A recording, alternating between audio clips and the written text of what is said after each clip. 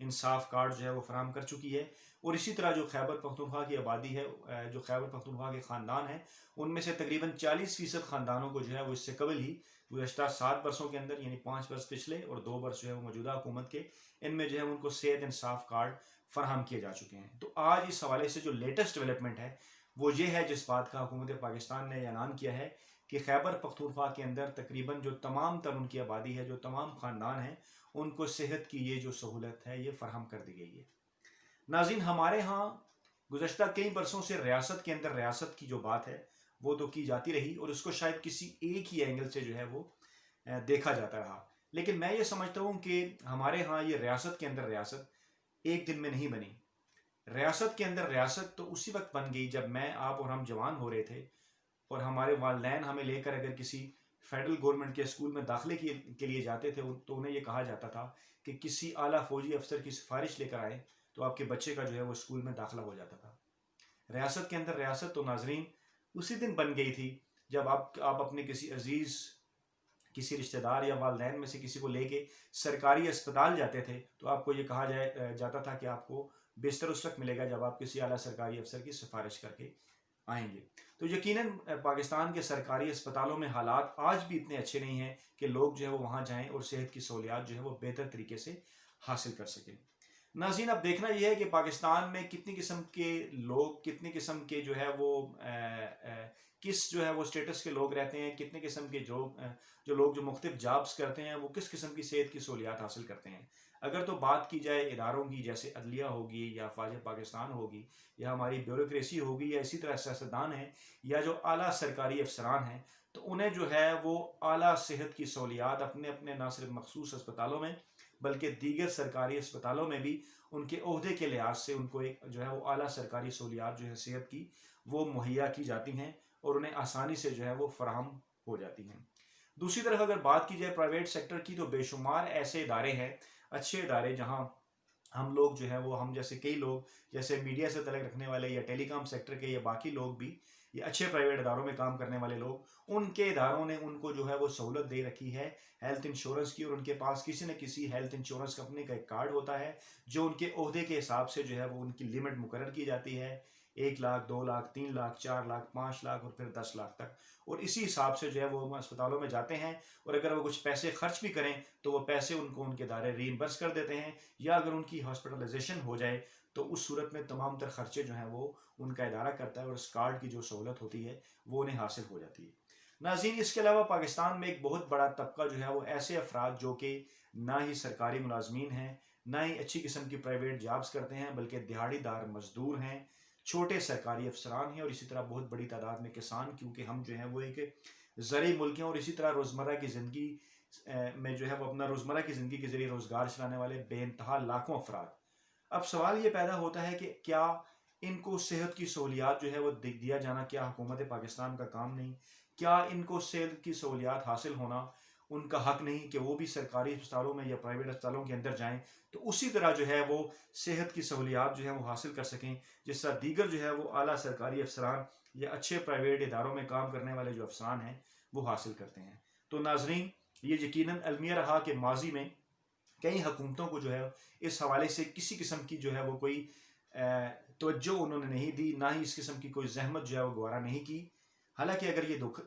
یہ دیکھا جائے، اگر آپ اپنے دائیں بائیں جو ہے وہ کچھ ایسی سٹوریز یا کہانیاں تلاش کریں، لوگوں سے اگر بات چیت کریں، جو کہ صحافی ہونے کے ناطے ہماری ڈیوٹی بھی ہے، تو یقیناً ہمارے سامنے ایسی کئی کہانیاں آئیں گی کہ کئی ایسے خاندان ہیں جن کے اندر کوئی ایک شخص اگر بیمار ہو جاتا ہے اور جب اس کو اسپتال لے جایا جاتا ہے تو پھر کس طرح سے ان کی جو جمع پونجی ہے وہ خرچ ہونا شروع ہو جاتی ہے۔ اگر سرکاری اسپتال میں ان کو علاج کی سہولت کسی طرح سے مل بھی جائے تو اس کے علاوہ جو دیگر بے پناہ اخراجات ہوتے ہیں، ان کے ٹرانسپورٹیشن کے، ان کے میڈیکل کے، ان کی رہائش کے، مریضوں کو لے جانے کے، اور ان کے مختلف قسم کے ٹیسٹ، کیونکہ سرکاری اسپتالوں میں تمام تر ٹیسٹ مہیا نہیں ہوتے، اور اسی طرح تمام تر دوائیاں جو کہ تمام سرکاری اسپتالوں میں مہیا نہیں ہوتی، اور سونے پہ سہاگا اگر تھوڑے بہتر لوگ جو ہے وہ جو تھوڑی بہت انکم رکھتے ہیں وہ اگر کسی پرائیویٹ اسپتال میں چلے جائیں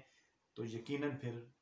آپ کے سامنے ایسے کئی تجربات آئے ہوں گے، آپ نے سنا ہوگا کہ وہ ساری اپنی زندگی کی جمع پونجی جو ہے وہ لگا کر خرچ کر کے ہی آخرکار اس اسپتال کے اندر سے نکلتے ہیں۔ تو ناظرین، آج کا یہ جو ڈیسیژن ہے پاکستان تحریک انصاف حکومت کا، خاص طور پہ KPK کے حوالے سے، اس کو یقیناً جو ہے وہ ایک بڑا ڈیسیجن کہا جائے گا، اور اس کی تعریف نہ کرنا یقیناً ایک زیادتی ہوگی، اور اس بات کی امید کی جائے گی کہ اس منصوبے کے اندر جو ہے وہ شفافیت برقرار رکھی جائے گی، اور بغیر کسی سیاسی وابستگی کو مد نظر رکھتے ہوئے تمام تر جو ضرورت مند افراد ہیں، تمام تر جو لوگ ہیں، تمام تر ایسے افراد جو کہ صحت کی سہولیات جو ہے وہ پرویلیج طریقے سے حاصل نہیں کر پاتے، وہ صحت انصاف کارڈ کے ذریعے جو ہے وہ صحت کی جو سہولت ہے وہ حاصل کر پائیں گے۔ جو کچھ اس حوالے سے جو کچھ تفصیلات ہیں وہ یہ ہے کہ پرائم منسٹر عمران خان صاحب نے اعلان کیا کہ یہ جو صحت سہولت انصاف کارڈ ہے، اس میں تقریباً لوگوں کو 10 لاکھ روپے تک کی جو ہے وہ ہیلتھ انشورنس دی جائے گی۔ بیسک ٹریٹمنٹ کے اوپر ان کے پاس 2 لاکھ روپے ہوں گے، ایڈوانس ٹریٹمنٹ کے اوپر مزید 4 لاکھ، اور پھر اگر وہ ایڈیشنل کوریج مانگتے ہیں، زیادہ سویئر اگر جو بیماری ہے تو اس کے اوپر مزید جو ہے وہ 4 لاکھ روپے ہوں گے۔ اس طرح سے جو ہے وہ یہ 10 لاکھ روپے کی انشورنس ہے، اور یہ دعویٰ کیا گیا ہے خیبر پختونخوا کی حکومت کی جانب سے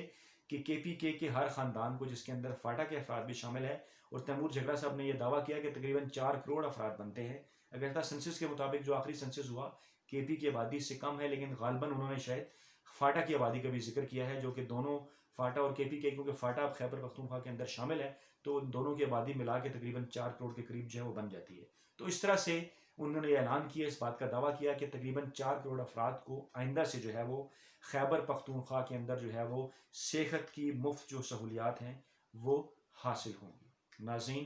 لاج نیوز کی ویڈیوز کو دیکھیے، لاج نیوز کی ویڈیوز کو شیئر کیجیے، اور لاج نیوز کو سبسکرائب کیجیے۔ ہماری ان ویڈیوز کے اوپر کمنٹس بھی کیجیے، کیونکہ آپ کے جو کمنٹس ہیں وہ ہمیں نئی ویڈیوز کے متعلق نہ صرف آئیڈیاز دیتے ہیں، بلکہ آپ کے اچھے فیڈ بیک سے ہم اپنی یہ ویڈیوز جو ہیں وہ بہتر بھی بنا سکتے ہیں۔ اپنا خیال رکھیے گا۔ اللہ حافظ۔